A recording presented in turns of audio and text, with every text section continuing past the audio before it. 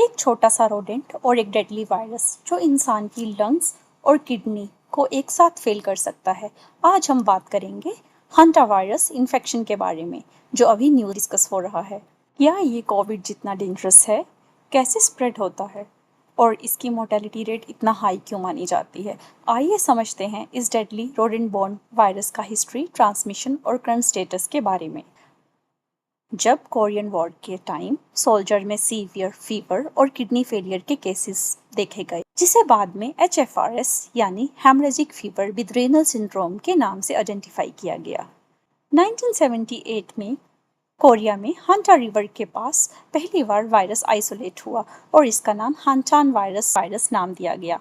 1980s में Europe और Asia में इसके मल्टीपल स्ट्रेन्स डिटेक्ट हुए, जिससे ये क्लियर हुआ कि ये रोडेंट बॉर्न वायरस है जो माइस और रैट से ह्यूमन में स्प्रेड होते हैं। USA के 4 कॉर्नर्स रीजन में सडन सीवियर रेस्पिरेटरी इलनेस का आउटब्रेक देखा गया, जिसमें सिनोब्रे वायरस आइडेंटिफाई हुआ और हेंटावायरस पुल्मोनरी सिंड्रोम नाम दिया गया, जिसका मोर्टेलिटी रेट 35 से 40% था।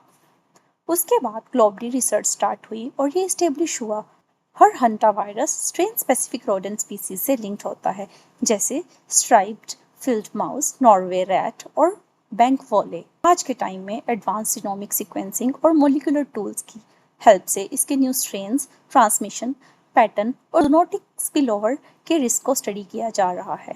साथ ही क्लाइमेट चेंज और इन्वायरमेंटल चेंजेस के इम्पैक्ट पर भी रिसर्च चल रही है और वैक्सीन और थेरेप्यूटिक्स पर भी काम हो रहा है। 2026 में एक multi country cruise ship outbreak report हुआ, जिसमें एंडिस हांटा वायरस स्ट्रेन के केसेस डिटेक्ट हुए।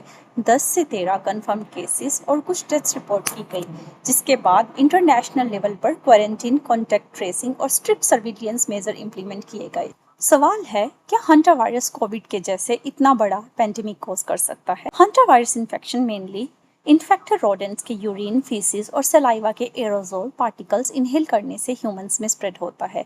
कंटेमिनेटेड सर्फेसिस या रेयर रोडेंट बाइट से भी इन्फेक्शन हो सकता है, लेकिन human to human transmission risk बहुत रेयर है, इसलिए पेंडेमिक का रिस्क कम है।